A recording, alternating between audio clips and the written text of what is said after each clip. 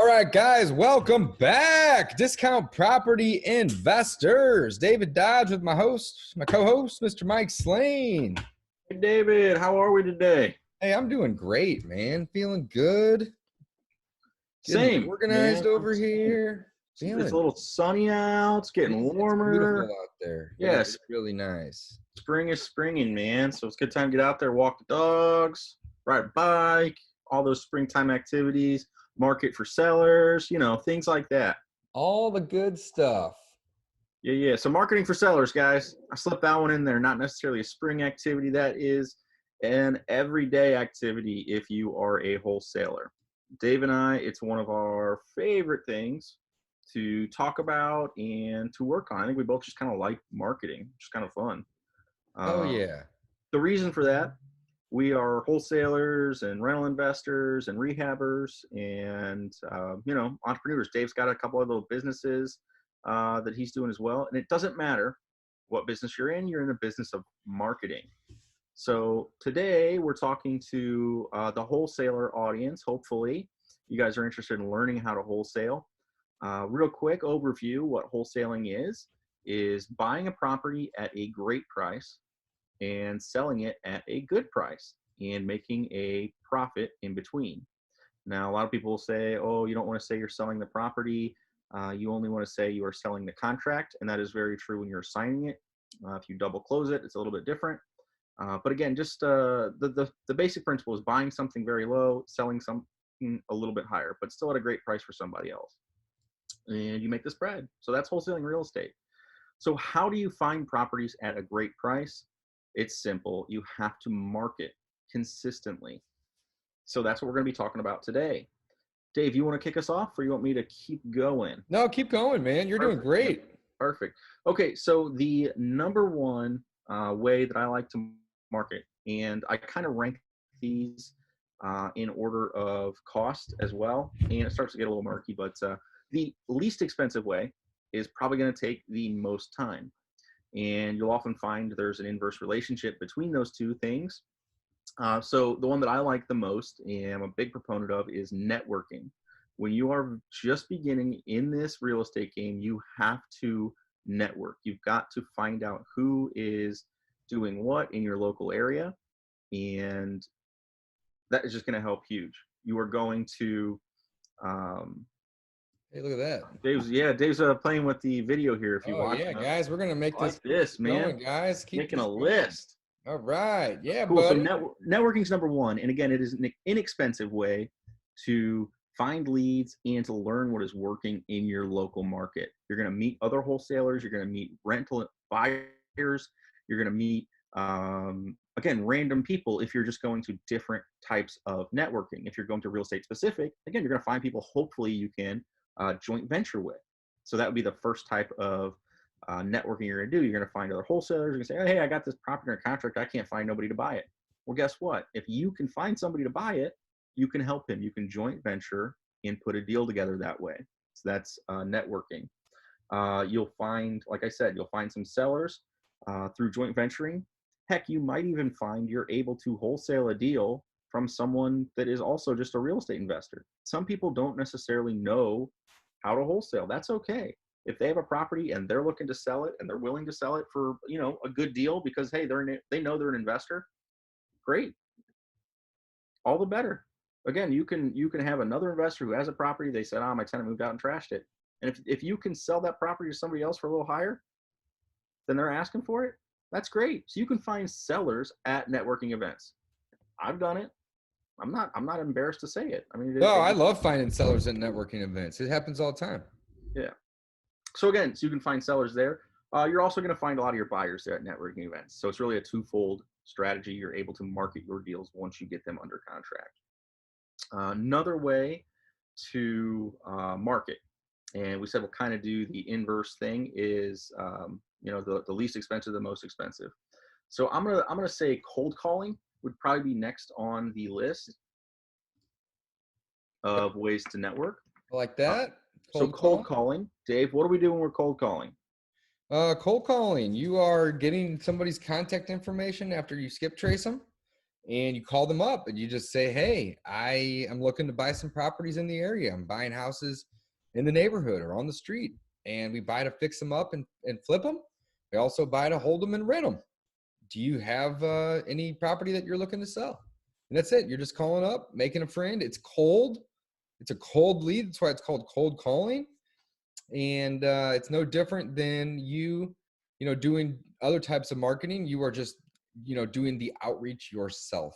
You could hire someone to do it as well, but you are doing the outreach. You're essentially going to be trading time to get leads versus money in this scenario. Now, some money might be required to get a dialer or even to do skip tracing if you decide that you want to go that route. Or you can just write down addresses, go to the county records, find the owner, and then go to free sites like truepeoplesearch.com and get that same information. Awesome. So then I kind of include these two together, Dave, is cold calling and now cold texting. So it'd be similar where you would, like Dave's described, you'd get a list, and then you would text those people, reaching out to them via text message. Now, Dave, where would people find a list? Let's talk about that real quick. Where would they find a list? PropStream would be the best place to find a list, in my opinion, just because you're going to be able to get a lot more bang for your buck. It's a monthly cost. However, you get, I think it's 10,000 downloads from that list a month, and you can easily upgrade for another 10 or 20 bucks to get that number up to like 40 or 50,000 downloads versus going to like List Source and paying, 15, 17, 20 cents a lead. I remember when I first started, I was paying like 20 cents a lead. And now it's like, if I pay more than a penny for a lead on a list, it's like, that's just crazy to me. So yeah, PropStream would definitely be where I would go. And we'll put a link in our show notes for you guys to get a free trial. Yeah, I love it. So, and then, I think the link is dpipodcast.com/comps. Yep. Yeah. So you just go to comps and then we'll have that there for you. That's a really cool one. The next thing I would say would be in level of cost is direct mail. So again, you're going to spend a little bit more money on this one, and it is going to take much less of your time.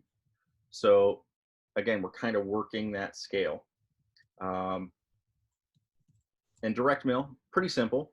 When I started out, yellow letters were the hot thing. Everybody was pushing, hey, write a handwritten letter that says, hello, and the owner's name. My name is, and then put your name there. I would like to buy your house at this address. Call me, and then your phone number. Just as simple as that. So you just write a handwritten letter, throw it in an envelope, send it out, and wait for them to call you. So you're the least amount of your time required, but again, it's going to be a little bit more expensive. Now, the next one is that I have is online ads, like using, let's say, Facebook to advertise to motivated sellers, or using Google AdWords to market for motivated sellers. So then they would click on maybe a landing page or of your website, something like that, or an ad in Google, and they're going to click on it and then either call you or click on your landing page and fill it out. So then you're going to have the motivated sellers reaching out to you. Now this one is probably the most expensive, but again, it's going to be probably the least time consuming. Like once you get it set up or you have a manager for your campaigns, you're not spending a lot of time on this relative to, say, networking, where you have to get dressed, go out, or cold calling and texting. We're spending a lot of time doing those activities. And I left out one of the big ones, which is bandit signs. Shoot. Where would I put that on the list? Bandit signs and driving for dollars. Now I'm going to just put those probably after networking. Yeah. Just somewhere in that range. Give me 1 second. Let me save it and you'll see it. Boom. There you go. So types of marketing, I would say driving for dollars is going to be, it's more expensive and more time consuming than networking, especially if you're using an app like we use. We use Deal Machine. Bandit signs are going to probably be a little bit more than that because you're going to have to pay per sign. In addition to driving them around and putting them up. Driving around. And then cold calling and texting, you're going to have to pay for those leads. Again, unless you're getting those leads from driving for dollars or something along those lines, you're typically still going to be buying those leads. So yeah, I think we got ourselves a pretty good list right here, Mike. There's lots of other ways though, guys. There's a million other ways to find motivated sellers. Direct mail marketing is one of my favorites. Online ads is another good one. We love driving for dollars. I'm going to add another one on here, and that's going to be, big media. I'm just going to go broad with it. Big media, which is going to be, radio and TV. And when you first get started, that might not be an option for you. But we run radio ads, and, we only spend we spend about maybe $2,000 a month right now. We were spending double that at one point, but we've scaled back. So you don't have to have a crazy budget. I mean, you could essentially get on the radio and have several ads playing a week for under $1,000. So, definitely do not discount these big media or bigger media. So you're talking billboards, you're talking radio, possibly TV. Bandit sign on wheels you can do with, bandit signs on the back of people's cars. Or you can hire the pros to do bandit sign on wheels and actually get the city buses and get your message on those buses. And I'm not sure if I mentioned the billboards or not, but that's also another great way to get your message out there, guys. So tons of ways, lots of online ways, like Mike had mentioned, online advertising like pay-per-click or even doing SEO to your own website. Of course, social media is huge. I'm going to add social media in there. I'm going to put that at the very top because social media doesn't cost you anything. And it's really just you telling everybody that you are in the house buying business. I think Mike led with this when we first got started, but social media is huge and it's free. So tell everybody what business you are in, and that business is the home buying business. All right, you always need to be marketing yourself and your business. So look at that, pretty cool little list right there, Mike. Man, I love it. So yeah, I mean that's a pretty good episode, guys. I mean you have to be marketing. Oh, Dave, the best way to market is to follow up with your leads. Oh, I can't believe we didn't add that. Yeah. So follow up, baby. Follow up, follow up, follow up. Once you talk to someone, if you say, they're not motivated, great. Doesn't matter. You know what you need to do? You need to follow up with them. Every one of these leads you have paid for in some way, either your time or your money. So you have to follow up with your leads. When you're just starting out, I completely understand using a notepad or an Excel spreadsheet, something simple to help you remember the names of the people who called, the phone numbers, taking some notes on them. And that is an awesome way to get started. You have to document these people so that you remember what you spoke about last time. Once you progress a little bit more, you're going to start to find it a little bit challenging. It can be overwhelming once you're working with 100, 200, 500 leads to remember, I got to follow up with this guy in a month. I've got to follow up with this guy in 2 weeks. Got to follow up with this guy in, there's a lot of different things that you're going to have to follow up with. You can try to do that with your calendar. I suggest getting a CRM. We have one that we absolutely love, and I think it's dpipodcast.com/CRM. Let me look it up. CRM, yep. Yeah, CRM. So you're going to go there, and you're going to find the CRM that we use. This one is awesome. It allows you to build landing pages. It has call tracking. So if you can have different numbers for different things. There's task management and follow-up. That's basically your task management. So when you are off the phone with that person, you can assign yourself a task to call them back in 3 weeks. Boom. Next time you log into your CRM, it's going to remind you, hey, you have to call this person back. So again, that to me is probably one of the most powerful marketing things is follow-up. I know it sounds silly. It doesn't even really seem like a marketing thing. But to me, that is the most important thing in this business is to follow up with your leads. I totally agree, Mike. I love that. I think a lot of people discount that. We almost missed it. Yeah. You spend a ton of money to build these leads and to get these leads and get people calling you. And if you are not following up consistently, I think one of my favorite sayings is consistent, persistent action. You have to consistently be following up with these leads. Otherwise, you are basically just lighting your money on fire. So you definitely want to have a killer CRM to keep track of the leads that are coming in, keep track of the conversations that you are having with these sellers. And last but not least, create a task. Basically, give yourself an assignment for at a later time and a later date. How else are you going to remember to call Jan or Sue or Tony back that you talked to today, but the follow-up doesn't require you to talk to them for maybe 6 weeks? Are you really going to remember that? Times that by 300 people, a month or a quarter that you're adding to your system? No way in hell, right? So you definitely have to have a CRM in place.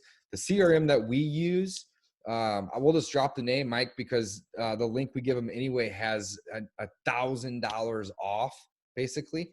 But the CRM that we use right now is REI Black Book.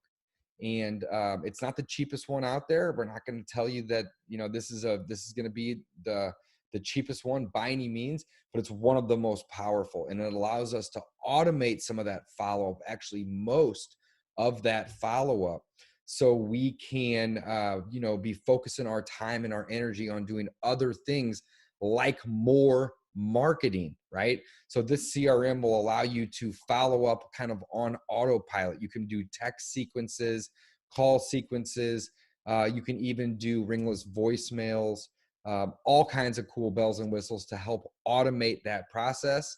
Again, that's REI Black Book. That's who we use. It's my favorite CRM out there. And if you guys go to dpipodcast.com / CRM. I was drawing a blank there. dpipodcast.com / CRM. Damon, the owner of that company, is a great friend of mine, and he actually hooked us up with with the ability for all of our listeners and students to waive the $997 fee to join. So you can join this without having to pay that license fee. That's huge. $1,000 that's saved. There are other platforms out there that will easily get you by, that may be free or even cheaper. But if you guys are looking for the real powerhouse, something that's going to be able to give you the ability to not only do the front end of the business, which is the acquisitions, the websites, the landing pages, the phone numbers, the call systems, but also the disposition side of the business. And that's where most CRMs have nothing to offer, right? They do. They have the websites to sell these properties. They have the email lists and the text blasting capabilities all in one place. Again, that's REI Black Book. And to get that at a killer deal, go to dpipodcast.com / CRM, and we'll waive, or they, I should say they, and we're so grateful to them for this, but they will waive that $997 fee, that license fee to join. So definitely go check that out, guys. All right, guys. Anything else, Dave, you want to add, or let's wrap this one up? Yeah, I think that's a pretty good list, guys. Again, I think that there's going to be a lot of people that may comment on this. I'm going to throw this up on the YouTube here, Mike, but might be a lot of people that comment on this and say, that there's all these other ways to market. And you are right. I mean, there's literally a million ways to market. So if you're watching this, comment down below some of the other ways that you like to market. Some of the I love it. I love that. That we're missing. Here is just a couple of the things that we do. But again, there's an infinite amount of ways. And last but not least, if you are new, don't spend a ton of your time and energy trying to do 10 of these things or learn 10 of these things, right, Mike? Only pick one and get good at it, or at least do it, right? Do it a couple times. And then from there, you can find a second or a third thing to do, or even better, find somebody else to help you do these things. So you can outsource it and have multiple going. But if you are new, that's one of the biggest mistakes people can make. I know I made that mistake when I first started. And that was basically, trying to go out and do 5 or 6 different types of marketing and half-ass all of them and do some of them wrong, right? So keep it simple. That's the message today, guys. Lots of different types. If there's something that we miss, drop it down below in the comments. And if you're listening, the conversation continues over at dpipodcast.com. Every one of these shows we drop in there, and there's a place where you can comment, and Mike and I are in there as well. So the conversation continues over there as well. I think that's all I got, Mike. Close us out. Guys. Thanks for listening. Signing off, guys. We'll see you next time.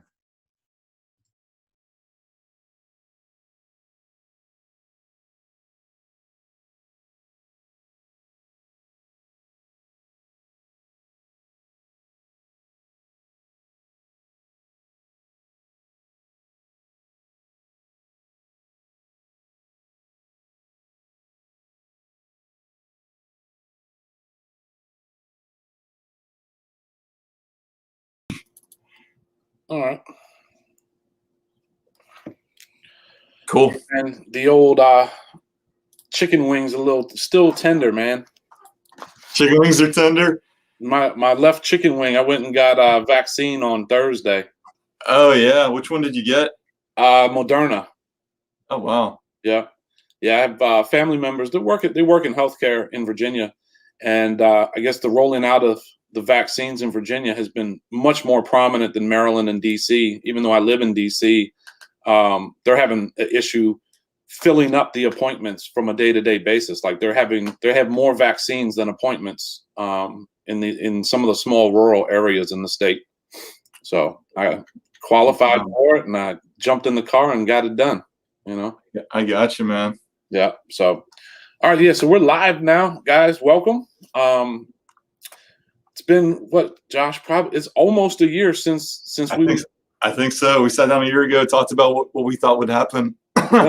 What craziness has occurred in the last 12 months, right? I mean, from the state of unknowing last March and April, where this market was going to go, and that's why I wanted to come back and kind of recap how everything in 12 months has now transitioned completely opposite of what you used to do. So for a lot of my subscribers that don't know you, give them the 5,000 square foot view of where you started and what you were doing pre-pandemic.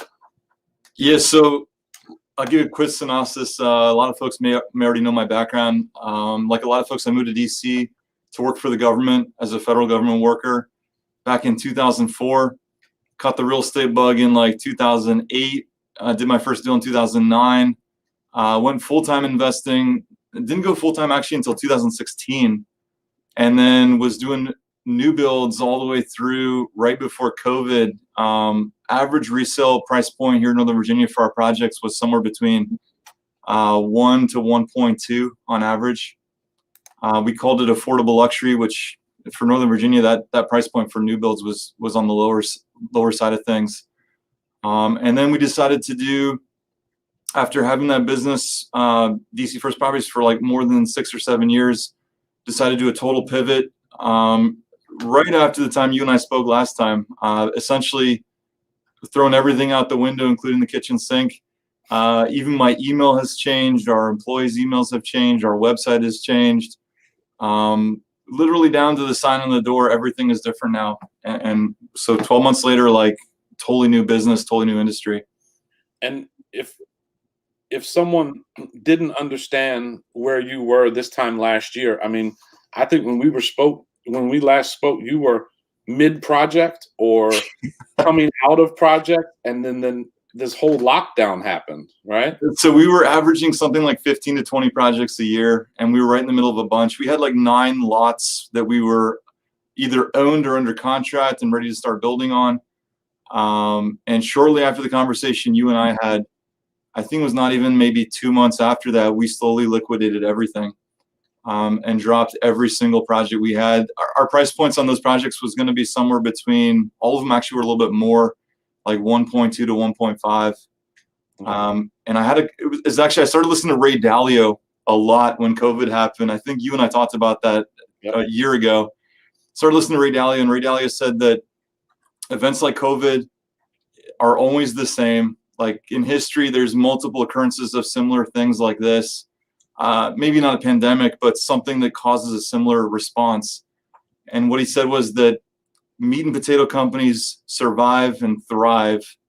And not only that, the ones that are innovators will do really well.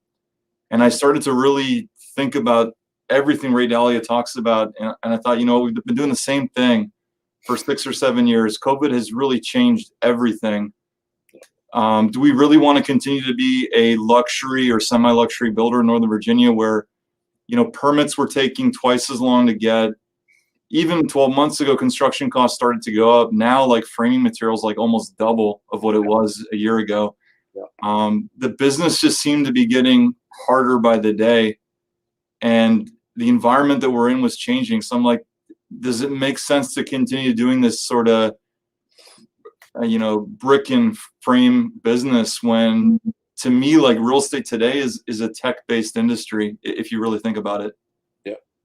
Yeah. I mean, as simple as I could pull up an app on my phone, find comps, find, new construction, get all my comparables down, and I didn't have to go anywhere. It's literally, it's in my pocket every day. It's what I travel with.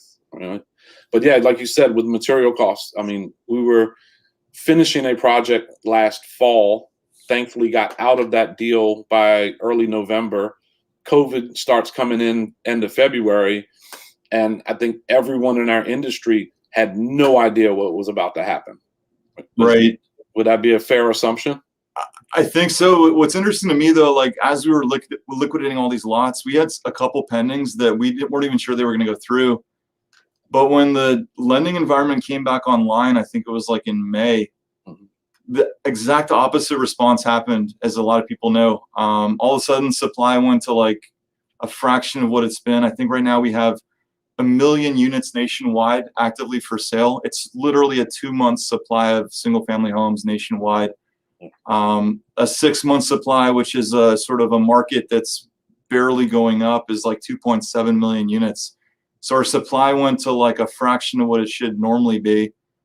And then because of low interest rate environments, I mean, we had up until 3 weeks ago, we had some of the lowest interest rates in God knows how many years, 15 or 20 years. I think it's bumped up 0.75% in the last 4 weeks. But between the low interest rate and low supply, actually prices started to take off in almost every market across the country, which is exactly the opposite of what I think a lot of us expected. But that being said, like we decided to transition completely out of building.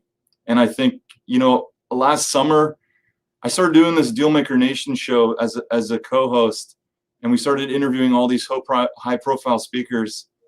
And I started to realize that maybe I was thinking too small as a business owner. That maybe me doing 15 or 20 projects with our company a year here in Falls Church, Fairfax County, we had become essentially what you would want to call the shark in a small pond. And like Rafael Vargas came on the show, he talked about like a blue ocean, go where a blue ocean opportunity is. Mm-hmm. I'm like, we've been doing the same thing for 5 or 6 years. We're in the middle of a pandemic, and I don't see our business getting bigger. We're fighting to get those 15, 20 units a year in our market. And at that time, we transitioned into a full-on wholesaling model and changed the entire business from ground zero back up. Gotcha. So actually, I had it pulled up here. So this is your newest venture that evolved out of the pandemic and getting out of the traditional brick and mortar construction side. We're actually going through a 4th iteration, but okay. About another 4 weeks from now, we'll be launching a brand new website. Okay.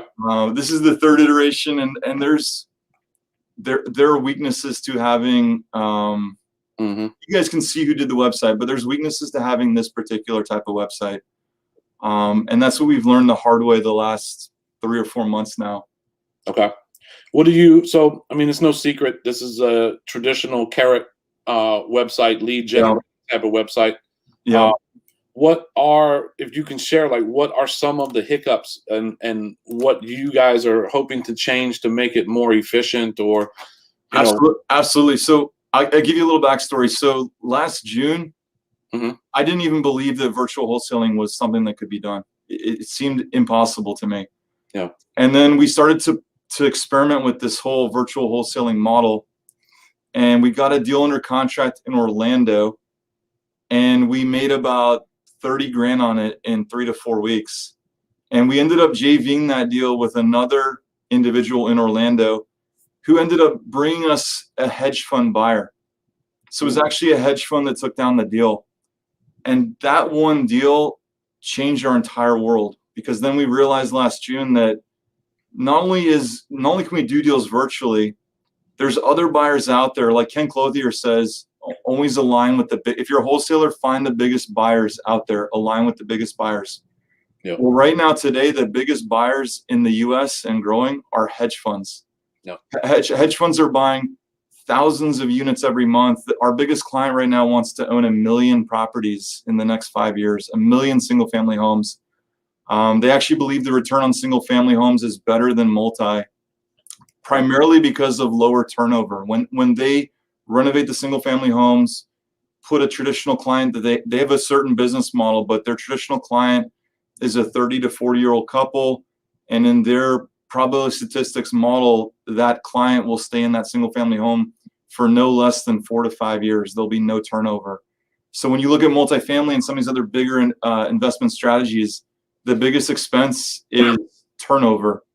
So doing that one deal, getting it sold to a hedge fund back in June of 2020, we started to realize, man, there's massive buyers out here. There's massive deal velocity in other markets. And when we looked at Northern Virginia, we're like, there's very little deal volume in Northern Virginia when you compare it to another market like an Atlanta or a Charlotte or a Houston or a San Antonio or an Orlando. Any of these other markets have like 5 to 6x of deal volume that we do. That was a game changer for me. And then I realized that we were going to have to change everything, because when your business is a builder, like we were doing 15, 20 units a year, you're only geared to do like 1 or 2 deals a month, to like get 1 or 2 good deals a month.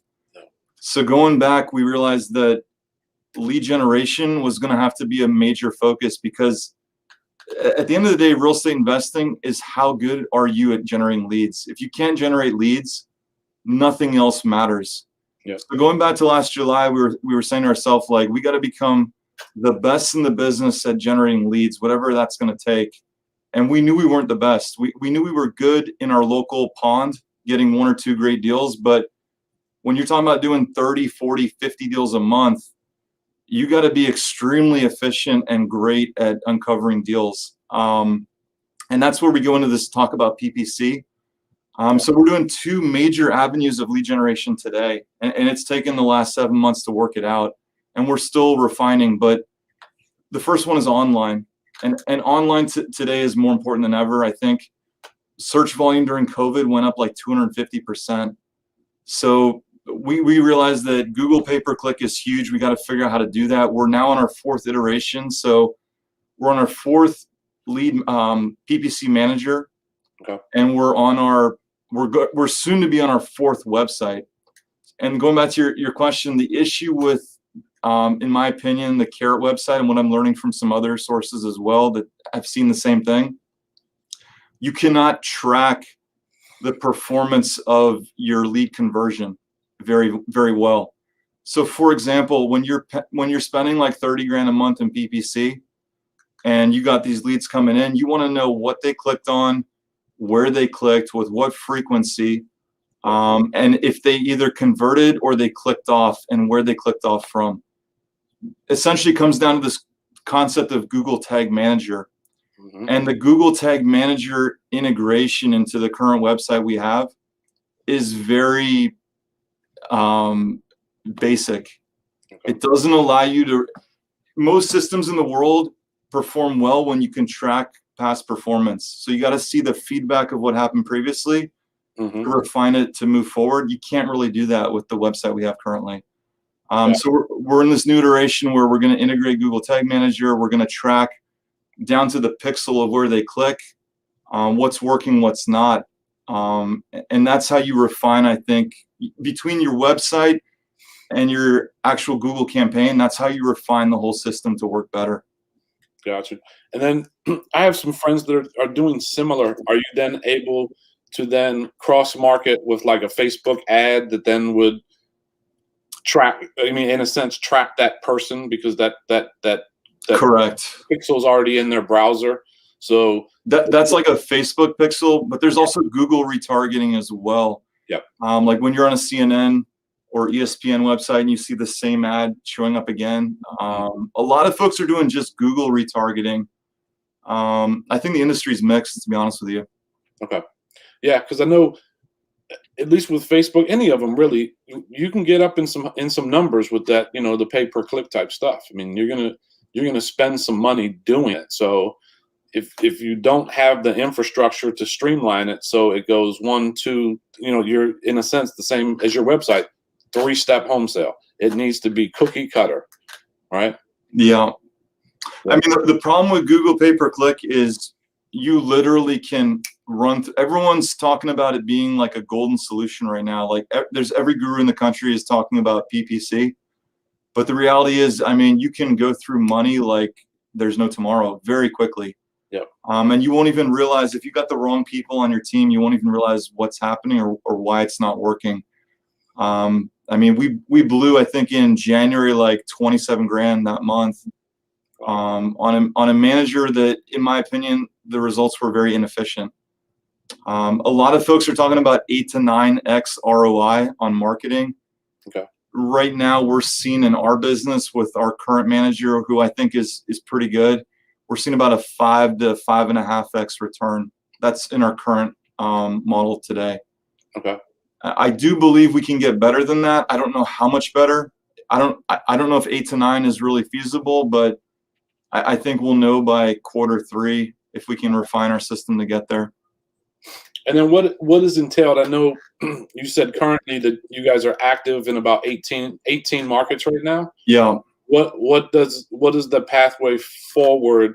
What infrastructure do you need to have in place to launch the next market?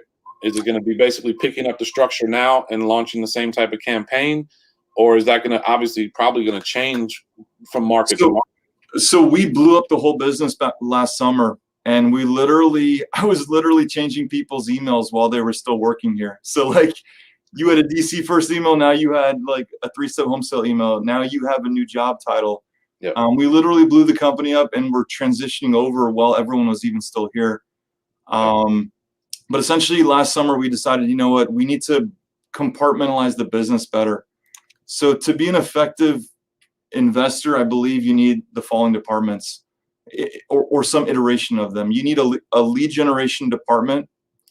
You need a acquisitions department. You need an underwriting department. You need a transaction coordination department, and you need either a disposition or a management department, or maybe both. So we broke the business back down into those compartments last summer. And then when you have those departments defined and you have people that are managing each department, you're going to quickly realize what people are able to handle in terms of capacity of whether it's leads or contracts or acquisitions, like hot almost conversions. So for example, on the lead side, I know that a text messenger can effectively handle 300 texts a day. I know that a cold caller can probably effectively manage maybe 400 to 500 calls a day. I know that a lead manager that oversees all of them can manage about 2 to 3 markets tops in my model, in our model today. So you kind of reverse engineer everything back out, and you realize what kind of staff you need.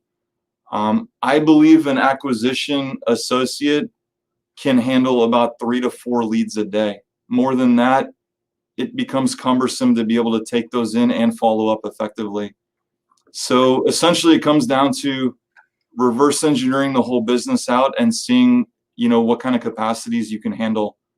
But I will say this, like, we're paying probably right around $200 a lead on pay-per-click. Okay. So you can do the math on that, and you can figure out how many leads you're getting a day. Mm-hmm. And as you scale your budget, you'll be able to factor in how many more, acquisitions managers or associates or lead managers you need to continue to scale. Gotcha. We're only doing offline in 3 markets right now. So we're doing two different ways of lead generation. We're doing offline lead generation where we're mining the data. That's only happening in 3 markets. But then we're doing online marketing in 18 markets. And offline is harder to sort of scale. Online's easier to scale, but you can blow through money very quickly.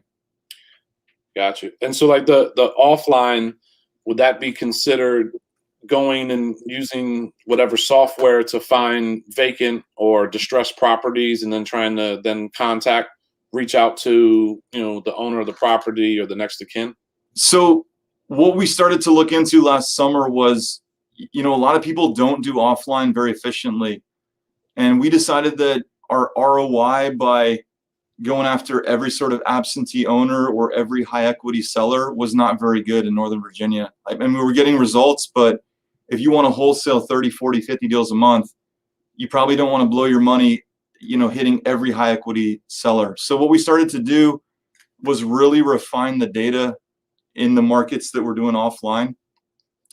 So we're getting these essentially motivation type lists, whether it's tax delinquents, code violations, divorce, bankruptcy, all these different sort of niche lists. And when you start to look at niche lists and see where your buy box fits, that's the other thing, you have to have a buy box. So as a company, you have to know what you're going to buy.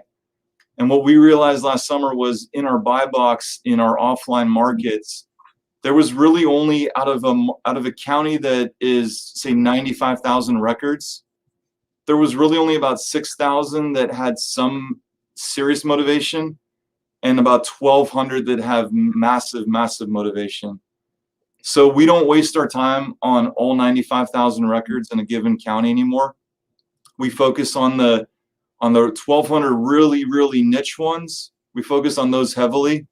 And on the 6,000 ones, we do like a softer touch. And that sort of is how we've scaled our offline into 3 markets right now, if that makes sense. Yeah, definitely.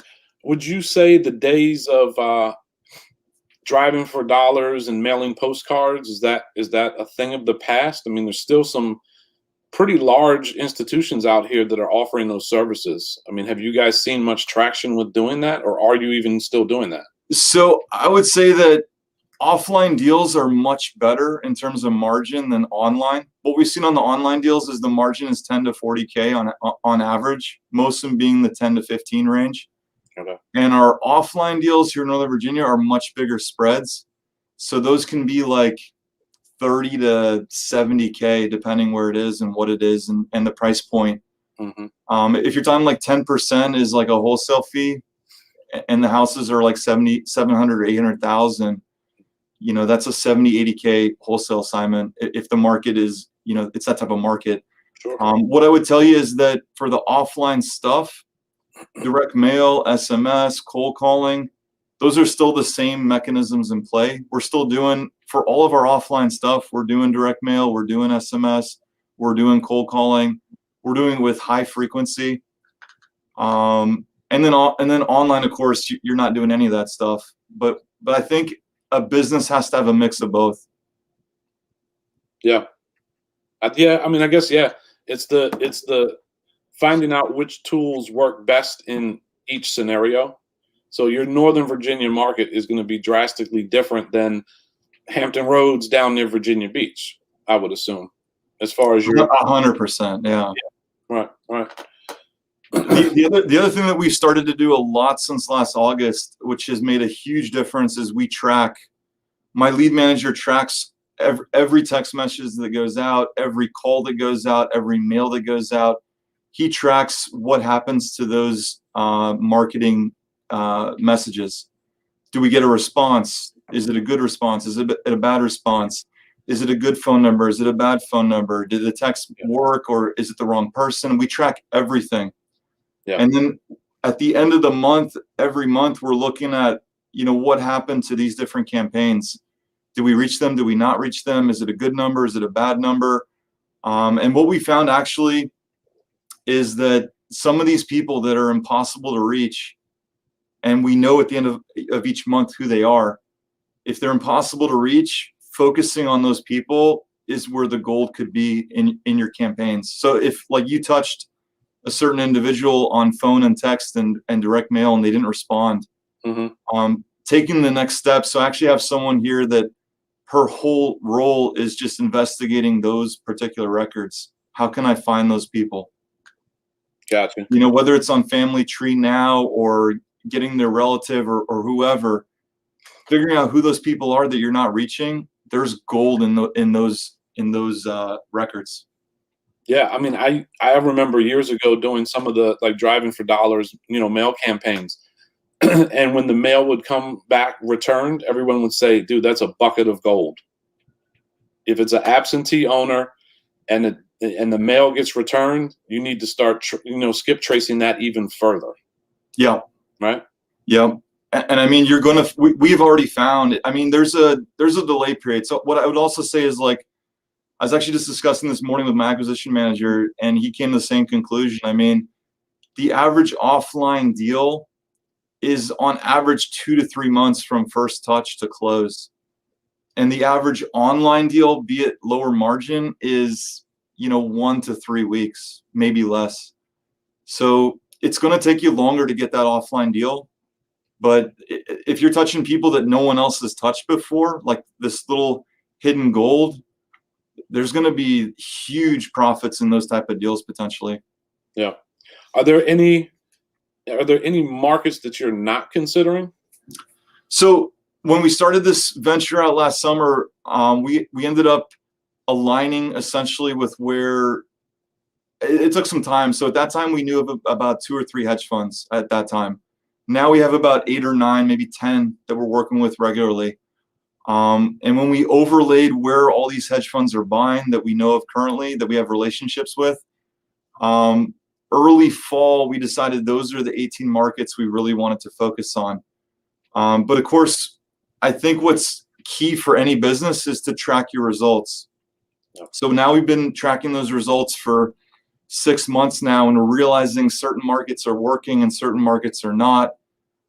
Certain markets, are more competitive than others. We're not getting the margins we need to get. We're paying too much for the deal and not getting enough spread on the out sale. So you get all this, like, all these metrics as you analyze your business. I think what we're realizing in the last couple of weeks now is that there's probably 3 or 4 markets in particular that have performed really well for us. And I would say about 50% of our business currently is selling to hedge funds directly.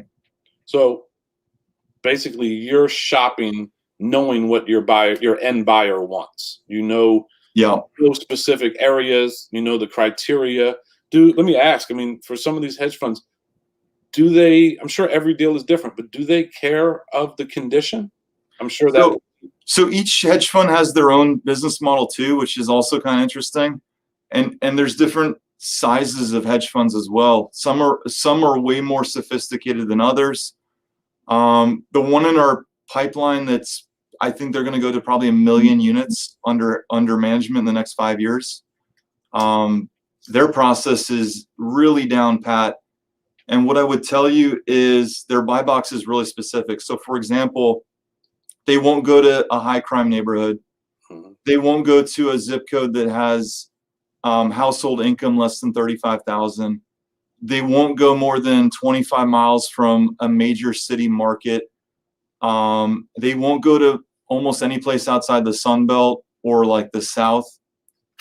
There's only really about 10 metro regions that have high growth that they'll even consider. But if you get a deal in that market that fits the buy box, they're paying basically a 6% cap rate. Essentially, the cap rates are computed on all-in basis. So it's the purchase price plus whatever CapEx they need to put in to get the deal up to modern living standards.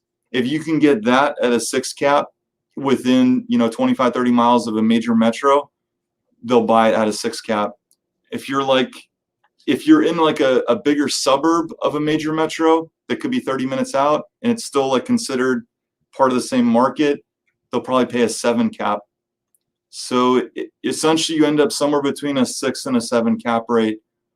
And the only exception to that one is Miami. I know a hedge fund buyer right now in Miami that will pay 5.37% cap all-in basis. Okay. So essentially, you're running your numbers based on cash-on-cash return or cash flow for these hedge fund buyers, for most of them. Yep. And obviously, with you explaining it that way, these hedge funds are doing these for buy and holds. Exactly. For the most part. Yeah, because I had a scenario, different topic, scenario on a flip that I did about a year ago. And our end buyer came in with an all-cash offer with an basic inspection clause, nothing major. Mm-hmm. It was an all-cash offer from a company in Chicago.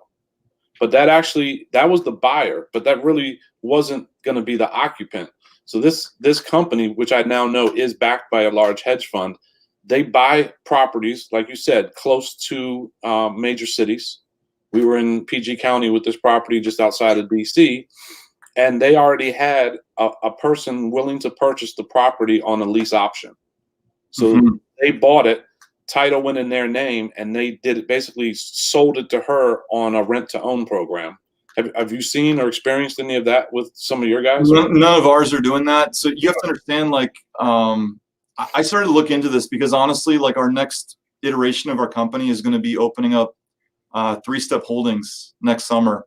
Sweet. And what we're looking at doing is we understand the buy boxes now of a lot of these different hedge funds. We understand like what constitutes a deal and what doesn't. We have gone through enough deals, I think, that we see where the problem areas lie. I mean, even in Texas, for example, like foundation problems are very common. Mm-hmm. And in Florida, sinkholes are very common. So you see all these different issues with different markets. Yep. And I think we've realized what we want and what we don't want to buy. That's a great thing about being a wholesaler, by the way, is learning what works and what doesn't. But at the same time, we've also been investigating how are these companies doing what they're doing.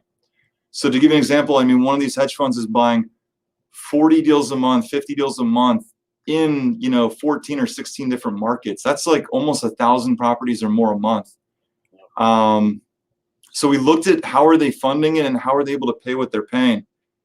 And what we found was that some of them are getting $500 million every 6 months. And it comes in tranches of money where the first tranche is like a 1.75% interest rate. And they're getting 95% leverage.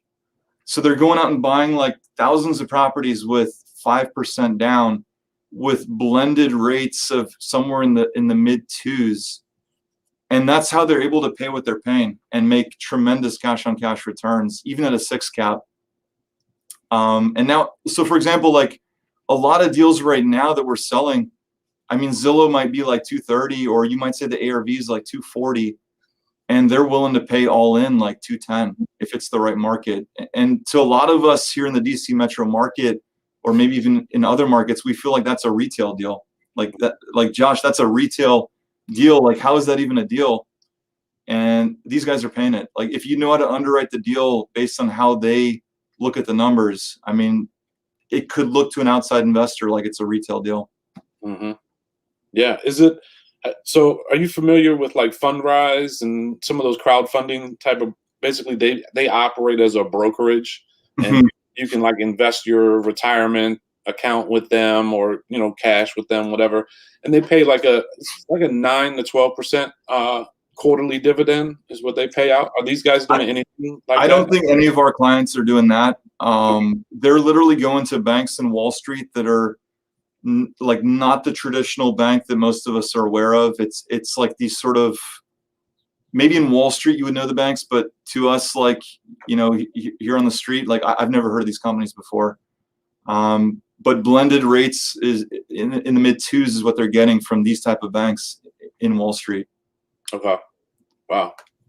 This is a lot of money out there that a lot of us never knew about, huh?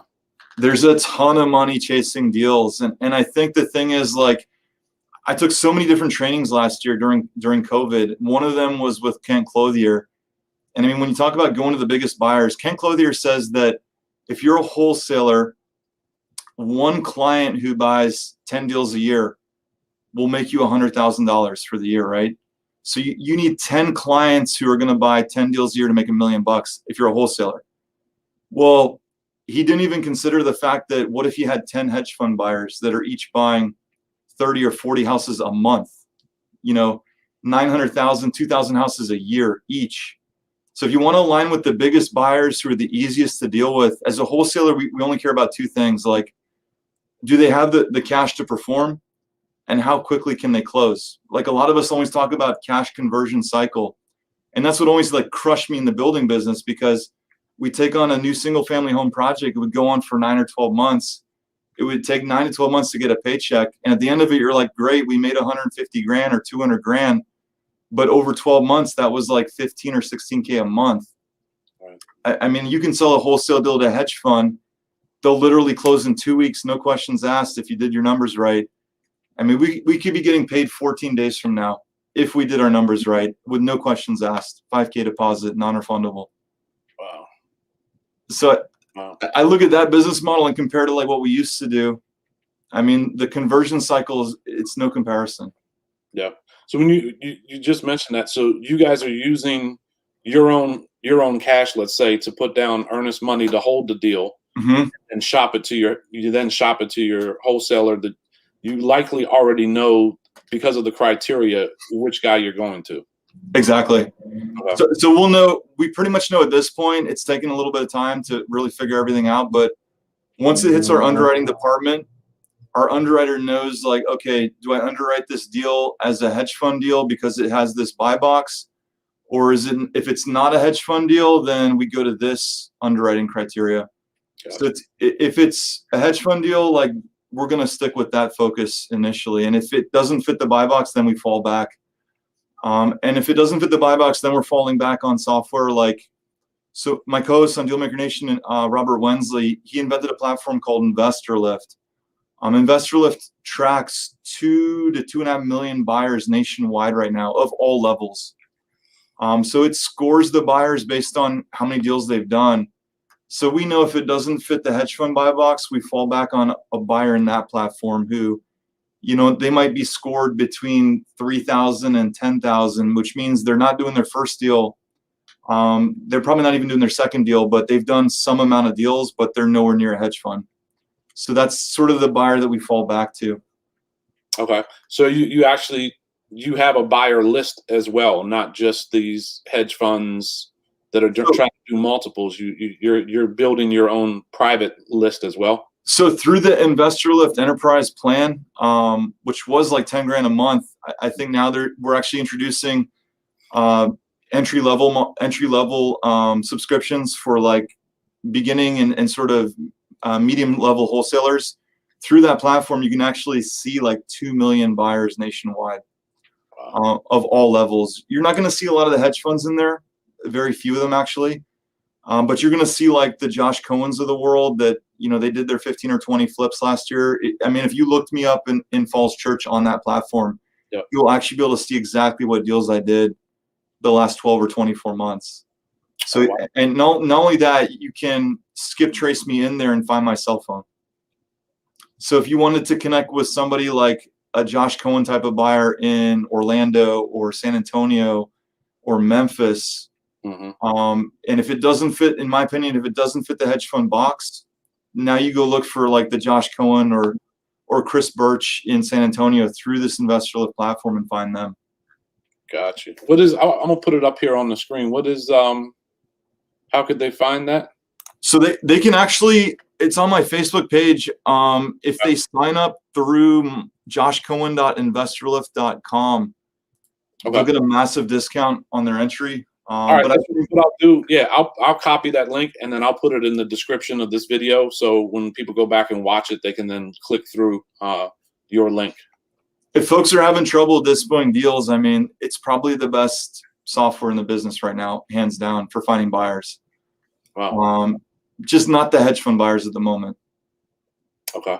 With your wholesaling stuff, are you guys finding any way of putting stuff just on the regular market, MLS market, or you're not even looking at that side anymore? We've heard like those type of techniques like Novation and these type of things, but at the end of the day, like, to me, like, we're just in the business of scaling right now. So what I struggled with in building was that there was always too many different pieces going on. There was always another headache that was happening or another fire to put out. Yeah. And when you start to have a business that's sort of newer like we are, that's now like trying to do too many different things, the process becomes confusing. So to be honest with you, our process right now is very specific. Like the deal comes in, this happens, that happens, this happens. It underwrites like that. And it either closes in 2 weeks with this or it closes in 4 weeks with that. Our business model is very particular. I think it's hard to scale otherwise because you have all these other distractions and it becomes like everyone gets distracted. Like, how do I deal with this? How do I deal with that? I think one of the things that I think a lot of investors get wrong is not keeping the business simplified. It's either A, B, or C. So we're just trying to get, honestly, I see a lot of folks posting big numbers, but at the end of the day, like what you really want to think about is what are your big numbers that are closing this month? We don't care like what you're closing next month or 3 months from now. What is the business generating this month alone in closed revenue? And you can't do that with all these different techniques. So like for us, it's like we want to have no more than 2 to 4 week close in and out and move on to the next. Yeah. So you mentioned you're underwriting in-house. Are you doing title work in-house as well? Say that again. I said, are you doing title work in-house as well? No. We've aligned with about 3 different title companies that cover most of our markets. And that's how we're sort of doing that process as well. Okay. So a lot of, I'm sure as a wholesaler, you're never at the settlement table anyways, or normally not anyways. With it being virtual, you're doing e-signs, and if they need wet signatures, your FedEx and stuff, back to your whatever title company's closing in that market. Yeah, we're never showing up. Our transaction coordinator is sending out the LLC docs, the earnest money deposits, giving the wire instructions to get our money back in. Actually, a lot of things that we're working on for this next iteration of InvestorLift version 11, that's going to have like the operational stuff built into it, where like everything that happens after you sign a contract, a lot of folks don't have that as like a process. And we struggled actually with that the last 7 months. Like, where do we find a system that can manage the process from deal under contract to actually getting paid? Because all these things are going to happen between deal under contract and actually getting a check. And how do you manage that whole process? There's really not a good platform out there right now to do that. What we ended up doing the last 3 or 4 months was building a custom dispo platform in Monday.com. So we have our own sort of Monday.com setup where we track buyers with deals. We track every stage of what's happening in the deal right now. We have conversations going on with what title companies work in the deal, what their comments are when we last talked to them. That operational standpoint of doing deals, though, there's not a good platform right now in the marketplace that manages that pipeline. Yeah. In my opinion. Yeah. I mean, a lot of them are kind of a cookie cutter, but as you said, similar to the redesigning of your website, it doesn't have everything. So you're now kind of forced to maybe use some of these as your template, but then you need to add on certain features that some of these bigger sourcing companies are not, the lead generating are not thinking about. I mean, to be honest with you, like there's so many coaches out there and everybody talks a big story, but at the end of the day, like if you really want to grow a business, and I think next month or probably Q2, but by the time we start this business next summer, we'll be hitting 7 figures a month. So within 12 months or less, our business will have gone from 0 to 7 figures a month. And unfortunately, I don't think, in my opinion, there's any one coaching program you can point to and say like, hey, if I did that, I'll be at 7 figures a month in 12 months from now. Yeah. You kind of have to have your business model figured out and you have to iterate it, as quickly as possible to scale it up. Yeah. But unfortunately, every aspect of our business right now, there hasn't been a piece of software that you could point to and say like that does everything we need. Even in our acquisition CRM, we used Podio for a while, for many years as a builder. But what we realized was Podio doesn't cut it anymore for what we're trying to do. So our new acquisition CRM that we're using, We have all these like custom automations built out for email introduction with video. We have text message follow-ups going out automatically. We have all these automations built out that you're just not going to find that in some turnkey platform the way you need it, in my opinion. So across your entire business, from lead gen to acquisitions to TC to dispo, you have to make the business your own and figure out what it's going to take to really scale it. Like, where do you fit in? What does your business do exactly? And all your software, all your training, all your people, all sort of have to be tailored to basically that model. Gotcha. So as you expand, well, actually, not even. Let's rewind a little. As you were starting to scale, do you have boots on the ground in these markets, or are you literally scraping data in markets where you know your buyers want to buy? So in our offline markets, we do have boots on the ground. Okay. But in our online markets, we do not necessarily by any means. One of the things that we thought about last summer was, if we're really going to grow this, we've been saying we're going to go to 1 million, the road to 1 million a month. That's been our motto since the beginning. They say if you say things enough times, you'll actually make it happen. And I think we're making it happen. So from the beginning, we thought last summer that we needed to have people on the ground. That was our original thought. Like, yeah, we did this deal in Orlando in June, made 30 grand, but are we really going to be able to make it happen consistently? So around September or August, we sent 3 people down to Orlando. They're still down there full time. That's one of our other boots on the ground markets where we have people that can go to appointments or whatnot if we have to. But looking back on it, I mean, at the end of the day, how deep is the motivation to sell really? If the motivation is really deep to sell and we satisfy all their needs, then we may not necessarily need anyone on the ground. And that's sort of what we found over the last 4 or 5 months, that, it feels like having a crutch to know that you have someone on the ground in the market, but it's not really necessary 100%. Yeah. Well, I guess it does help because you're not necessarily doing market research because your buyer is already telling you where they want to buy.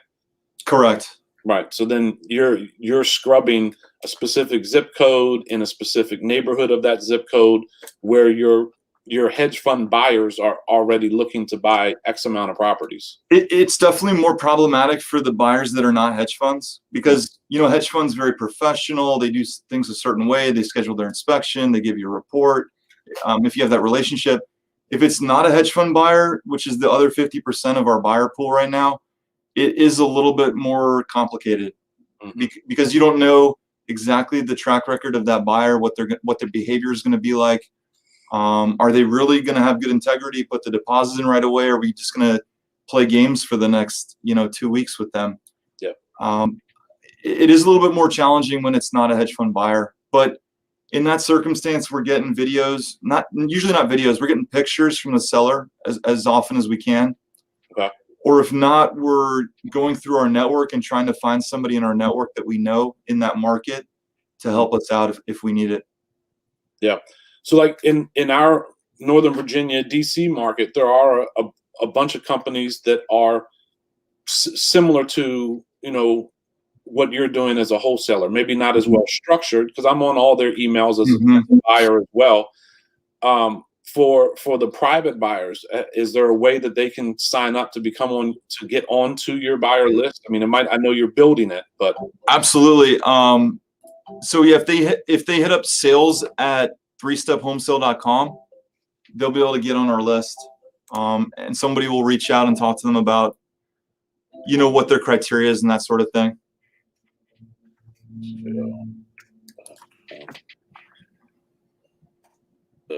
I just wanted to add that on there for them.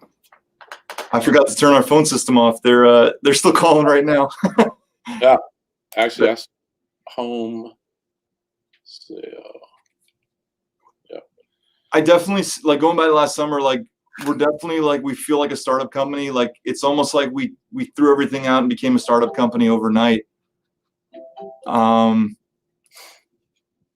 But I mean, you basically have to build everything back from ground zero in every respect and gear it sort of, if you previously were doing a business like we were that was doing 1 or 2 deals a month, how do you take that to 30 or 40 deals a month Yeah. You need new phone systems, you need new CRM, you need new automations, you need new training manuals, you need new process for everybody. Yeah.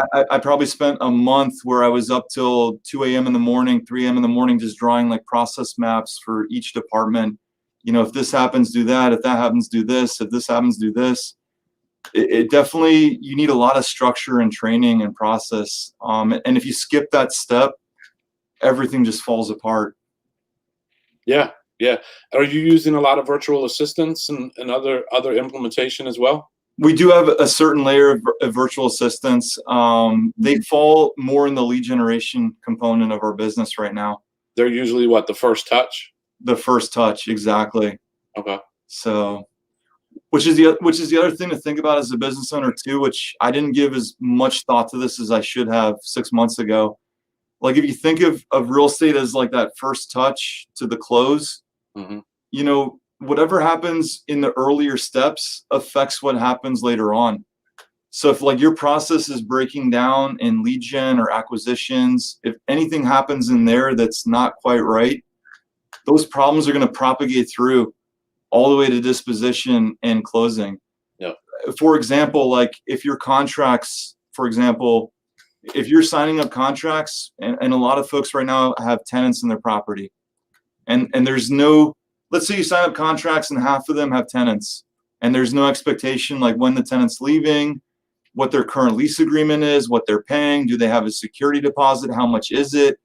If you don't have all this stuff figured out in the contract with the seller, how do you dispo a deal like that? Like these problems go from a smaller magnitude to a massive magnitude, because now the buyer's like, hey, Josh, you guys are selling us a deal that's vacant on the 30th, and now there's a tenant inside, and the seller's saying you took it as is, and what's this about a security deposit and an escrow holdback? You know, whatever problems you have in your process early on are magnified by the time you get to the end. Yep. And we've started, you know, really looking at all those different details the last 6 months to figure out what's causing holdups in our business. Yeah, cool. We got a comment here. Unbelievable. Yeah, tell me about it. So, Josh, I don't know if you know this. Do you know how your buyers are getting their loans? It's all Wall Street funded. So 95% leverage, blended rates 2.5. Essentially, if you look at it at a very high level, I mean, they're probably getting cash on cash returns for their investors at like 12 to 14 or 15%. So if they buy from us at a 6 cap and they borrow 95% at say 2.5, they're getting like cash on cash, like 15+% return. Yeah. And I think that 5% that they're putting down, no question, they're raising that money from some probably accredited investors or something. Yeah. Because even if they paid those accredited investors, say 10% cash on cash, I mean, that's great return for both their investor and them. Yeah. But yeah, there's a lot of money just free flowing in the marketplace right now. It's wild. So without giving any of your secret, as far as market expansion, what region in the country are you guys focusing on?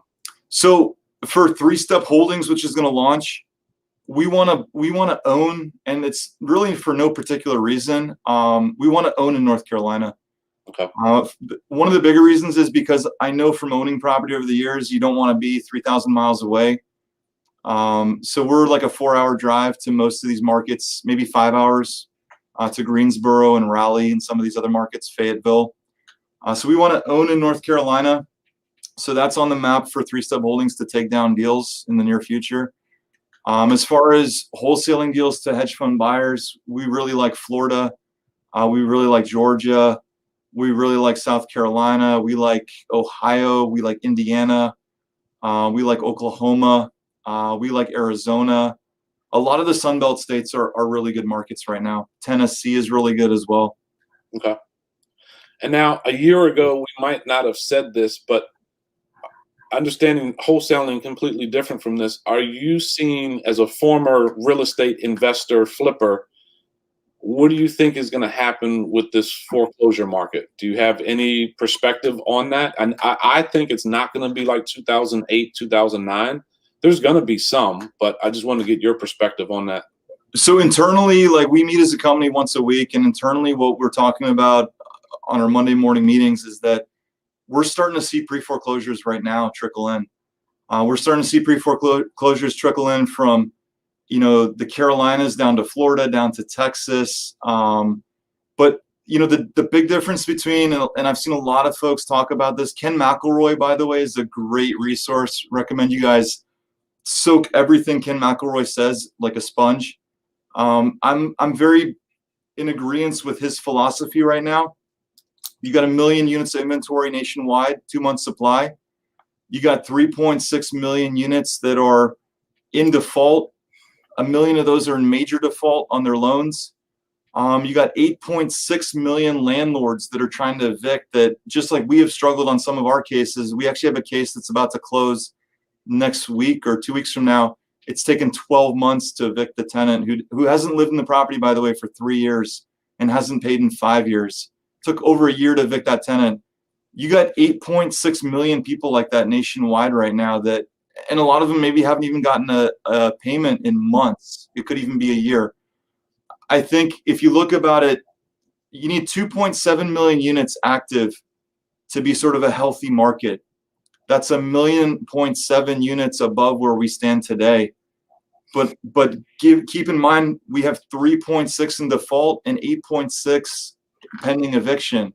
So if we even add 2 million units to the active inventory, the dynamic of this market could change very quickly. I'm not saying that it will. Nobody knows. The elephant in the room is how the government responds. I don't think our president wants to see 8.6 million people on the street.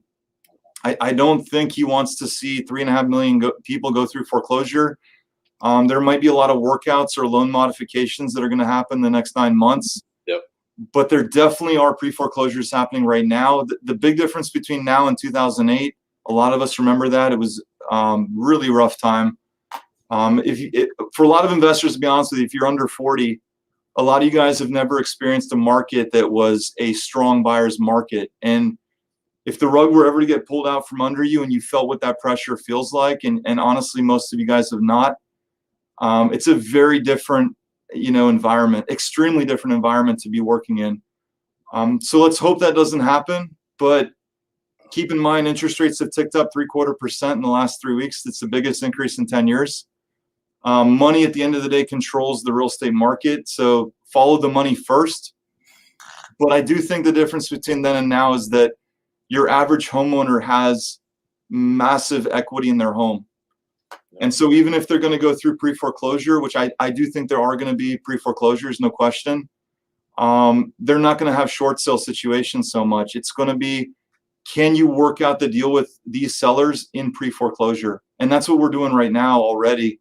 I expect to see a lot more of that in the next 12 months, 18 months. But yeah, get to the sellers first, because short sale, having to deal with the negotiation with the bank, I don't think that's going to happen this time around. Yeah, and with a short sale, you don't know when it's ever going to close. I mean, it's not your choice. It's not your seller's choice. It's literally the lender agreeing to it. And can you imagine the volume of what they might be dealing with? They know who has not been paying for the last 12 months, but I do want to add this, because I also see this working the markets we're in. Ken McElroy says that the recovery will be uneven. Some markets like Northern Virginia will remain on fire, and other markets, it could be like Texas, could go through some of the markets in Texas, not all of Texas. Like Austin's a very tech heavy market, but other markets like a San Antonio or a Tulsa may really struggle. I mean, we already have really high pre-foreclosure rates over there. We have really high eviction rates. The economy's laid off more people than the average in the country. So I think certain pockets like a Fayetteville could have, really high distress the next 12 to 18 months. But at the same time, a market like Northern Virginia, you could be fighting over 30 other people for the same deal. Yeah. Yeah. Well, as I always say, you look up and you're like, we've been on here an hour already, but is there any some key points or strategies that you guys are using that you can share with like the younger investor, and then also how that younger investor maybe gets a hold of you? Maybe they have a deal that they have it under contract, they don't have a buyer or they don't know how to find a buyer. Are you guys offering that service to Yeah. So market? actually, like you were saying, like try not to do too many different things, but as of about a couple months ago, we introduced a JV program Okay. because we realized we didn't have the process to deal with joint ventures that were coming into our plate. Now we do. A joint venture actually comes in, it goes right to our underwriting desk. We underwrite the deal just as if it was any other deal, and we tell you what we think. Either if we're going to buy it, we'll tell you what we'll pay, or if we have another hedge fund or bigger buyer or any buyer that will buy it, we'll tell you what they'll pay. But yeah, we do have a process right now that deals with JVs. And actually, one of my friends here in Northern Virginia was trying to do a deal. Tony, shout out to Tony Johnson. Tony was trying to do a deal for over a year, and we made it happen. He got his first deal done for the first time in Arlington, and it closed 2 weeks ago. The guy made 14 grand. Pretty straightforward deal. So 14 grand his first deal, and now he's looking at 3 or 4 others at the moment that we're underwriting with him as well. So yeah, if you guys have deals that you want help on or need help on, just let us know what you need. You can also reach out to sales@threestepwholesale.com as well for that. Yeah, let me put that up again. But yeah, I mean, there's so much money to be made out there right now that I mean, some people look at this business like I need to get everything, and this is a business where like a piece of something is better than zero. Yep. So we're not greedy. Like we're looking to get something just for our efforts, but you know, we'll make it happen if we can for anyone who's out there listening. Gotcha. If the right deal came across your plate, would you go back to the flip in this market right now? Absolutely. So we'd only go back to the flip if it's like a 30 to 60 day window. And we're actually seeing some of those like that right now. I believe we're going to take down about 2 or 3 deals in Virginia next month, strictly because we believe we can get in and out in 2 to 3 months or less. But if the window is going to be more than 2 to 3 months, we're not going to do it. We're looking more like the hedge fund model where like we just want to deploy cash and have the easiest methodology possible. You know, hedge funds, they look at the property. If it's more than cosmetic, they pass. If they know it's going to be more than 30 days of work, it's not for them. And because all they really want to do, if you think about it, they want to deploy as much capital as quickly as possible with the least amount of headache. Mm-hmm. And I'll leave you guys with a final thought on this. I mean, I got into investing in 2009, not to lift a hammer and chase contractors around the Home Depot and go out and buy toilets. You know, that wasn't why I got in this business. And, you know, luxury building sounds great, like selling $1 million homes. It looks sexy on Facebook. It sounds great. But at the end of the day, it was really hard to scale that business because there was always headaches coming up all the time. And I couldn't compensate people very well. So, I mean, our highest paid individual in the company last year was probably in the low 6 figures, but that's how the building business is. And this year, our highest employees are gonna make 2 to 3 times that, if not more. I mean, our top employees could make $500,000 this year easily. So compare making $500,000 working here to barely getting over 6 figures. I mean, the two businesses are not the same, and it's hard to keep good talent if you can't even pay them, good wages. So like in this business, we can pay good wages, we can grow. It's a win for everybody. And going back to the original point though, I got in this business not to have, this massively stressful active income job. I think all of us get into this to have passive income. And I think I got sidetracked for 6 years chasing sexy $1 million homes and not thinking that the end goal was really to have passive income. And I think it really comes down to 2 things. If I'm 40 years old now, so I'm not a young investor anymore, but if I started over again, I would think about it like this. You want to have the highest active income with the least resistance as quickly as possible. And you want to take that money and you want to put it into passive investments that are going to make money whether you work or you don't, around the clock and even when you retire, and is going to create generational wealth.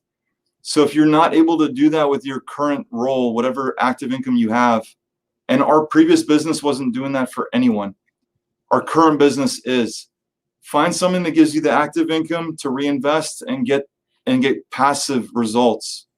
because that's why all of us got into real estate in the first place. Not to chase guys at Home Depot, not to swing a hammer 60 hours a week, not to, pick out bathroom vanities, not to do any of that. And you can't scale a business to a massive level if that's what your day-to-day looks like either. So my tips are, pick one market that you think is going to have distress in the next 12 months. And there's a lot of them out there. I mentioned a few today already on the show. I mean, Fayetteville, San Antonio, Memphis. Pick one market out there that you think is going to have distress. And if you already have a good active income, and that's a market where you think you want to buy and hold, then look at it from a buy and hold perspective. But if you don't have an active income, look at it from, I'm going to generate wholesale income from this market, and I'm going to take that money when the market bottoms, and I'm going to reinvest it over here. So pick a market that meets whatever your investment objectives are. And there's a lot of them out there right now that are going to do that. I think a good seller avatar, honestly, is going to be landlords, landlord sellers. Those are going to be a hot item. And it's going to come down to, how do you present yourself to those people? Are you providing a solution? Are you establishing credibility? Do they like you? Are you personable? Landlord sellers are going to be the biggest thing out there. So pick those in the right market. And I think you got a golden goose.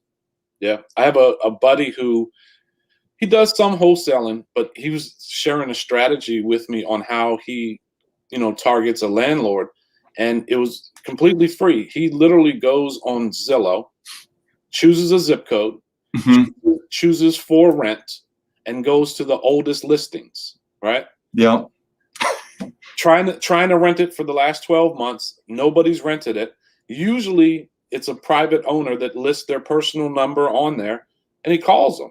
And I said, well, what happens when they get upset? And he said, well, my pitch is, would you consider selling? And normally the owner will say, no, I'm not selling this property. He says, oh, great.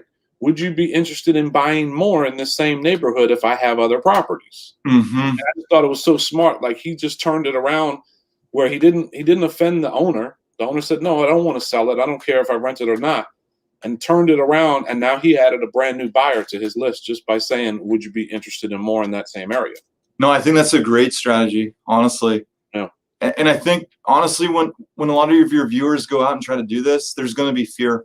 I mean, we personally had a lot of fear last summer, and I've been in the business for a long time, and it scared myself.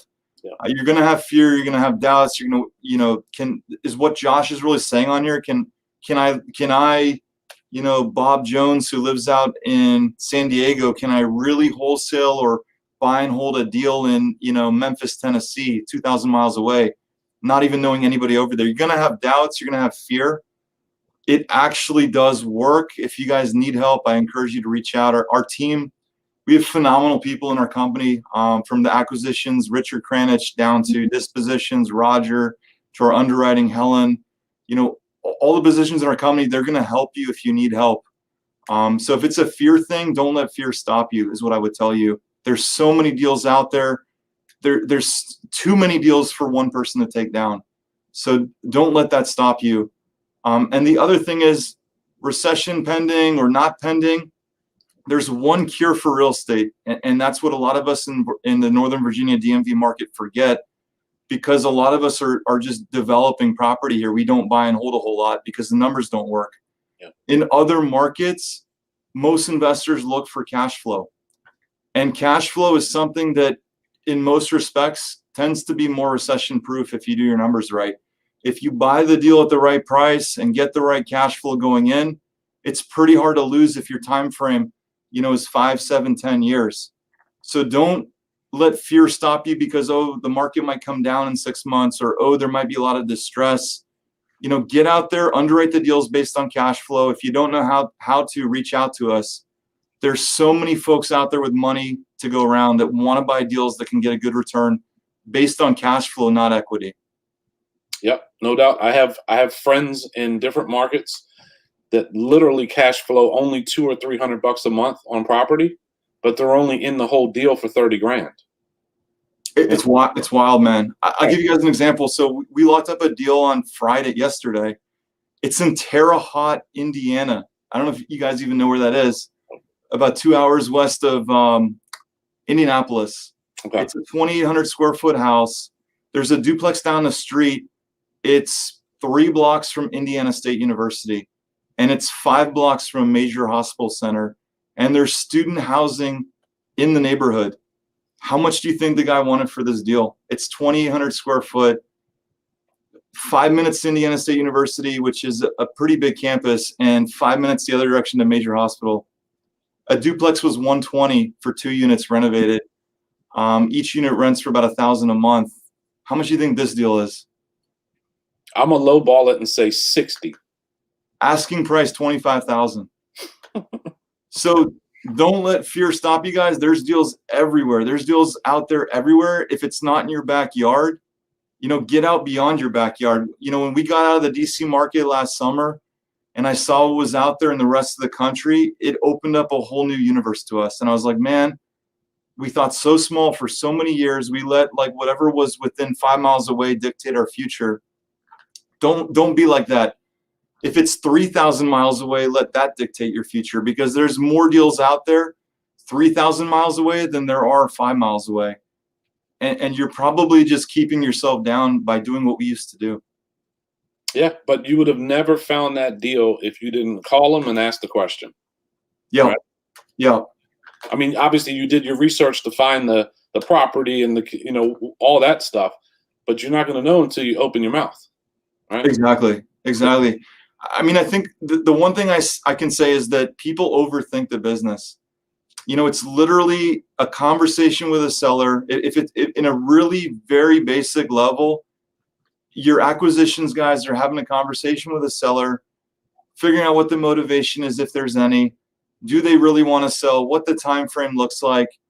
Do they have a price in mind they want to take? I mean, a lot of folks just overthink this. And if you overthink it, you become your biggest enemy. Yeah. And you won't know until you ask, like, okay, you want 30 grand? Will you take 25? You want 50? Will you take 40? You won't know till you ask. I mean, your level of skill will improve over the years. I've been at this 12 years now. Your level of skill is going to go up. You're going to study, but you're not going to know everything in the beginning. And if you try to be perfect out of the gate, you won't get started.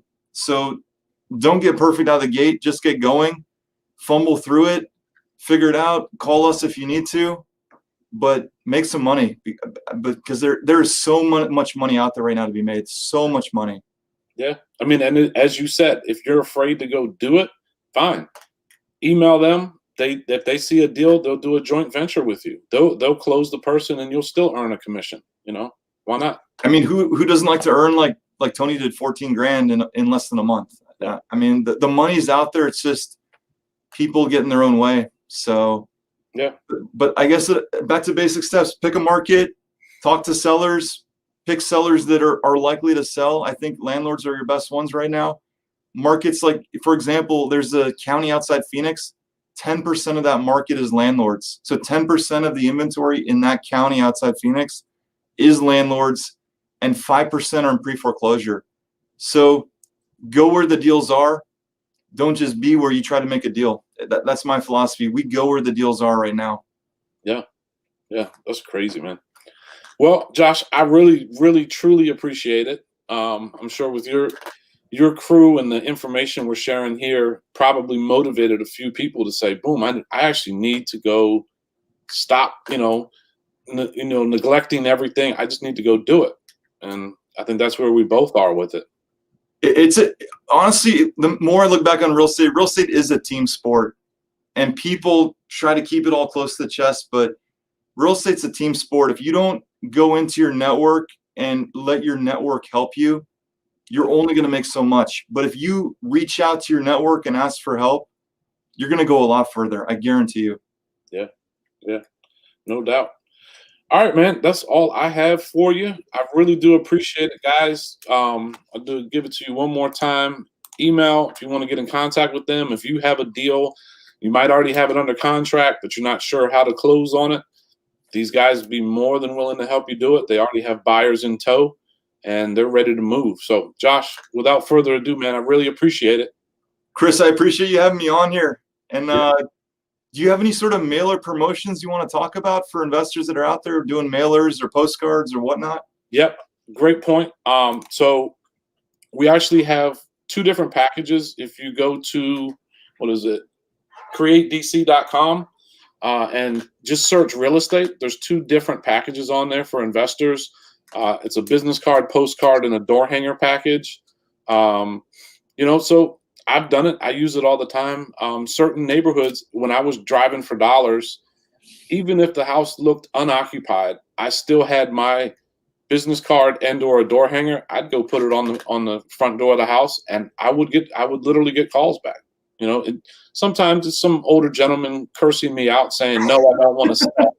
But maybe he did want to sell. I wouldn't have known if I hadn't given them that, that door hanger, just to say, hey, we're in the area. We love buying in this neighborhood. If you're interested in selling, we'd love to make you an all cash offer.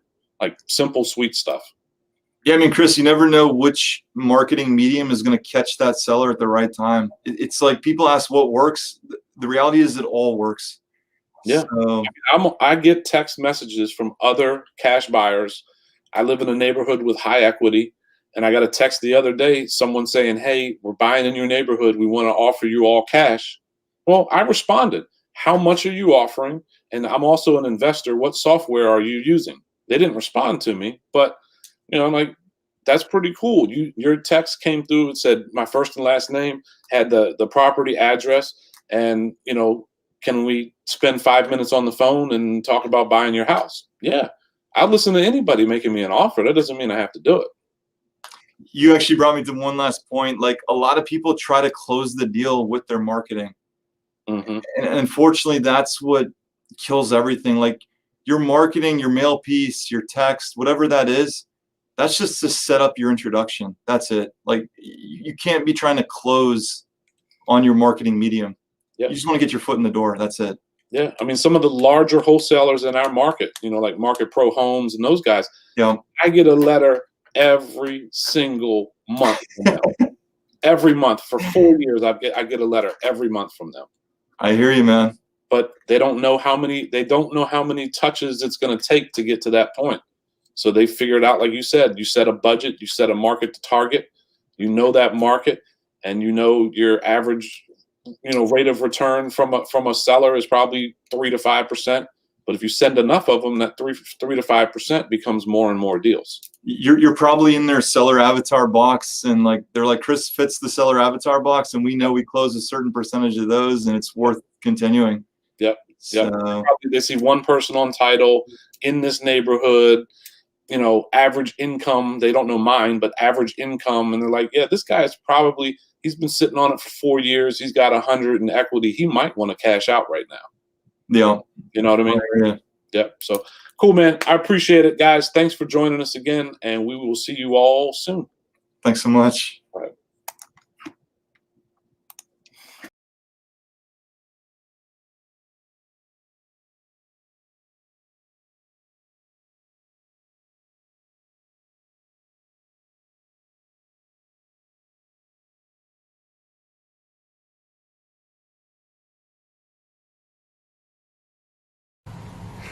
The 3 pillars to wholesaling real estate are so incredibly simple. Number 1, guys, marketing to motivated sellers. Number 2 is making offers. And number 3 is following up with your leads. And that's it. Those are the 3 pillars to wholesaling real estate.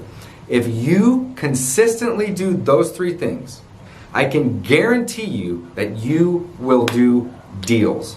Incredibly simple, okay? 3 things that matter: finding motivated sellers, making offers, and following up. Let's go do some wholesale deals.